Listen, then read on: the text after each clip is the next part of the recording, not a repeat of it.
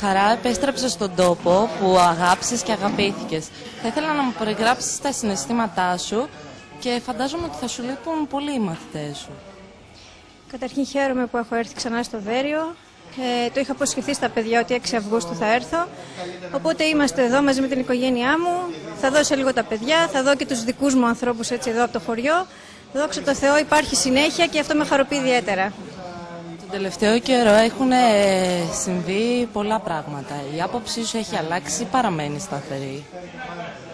Σαφώς και παραμένει σταθερή στα εθνικά κομμάτια, θέματα. Δεν υπάρχει λόγος να αλλάζεις κάτι όταν ξέρεις τι θέλεις, τι πρέπει να κάνεις και τι ορίζουν οι νόμοι να κάνεις. Οπότε δεν τίθεται θέμα αλλαγής.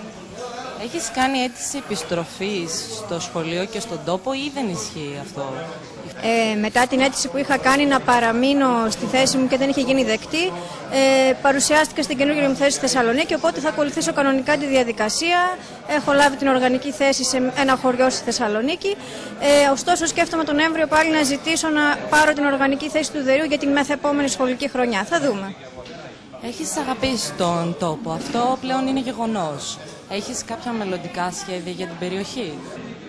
Σαφώς όλοι έχουμε όνειρα, σαφώς όλοι έχουμε κάποιες ελπίδες.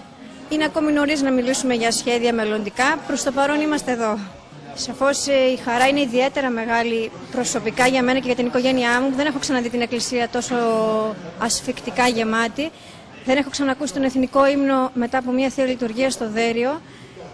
Ταπεινά ευχαριστώ τον Δεσπότη που ήταν εδώ σήμερα.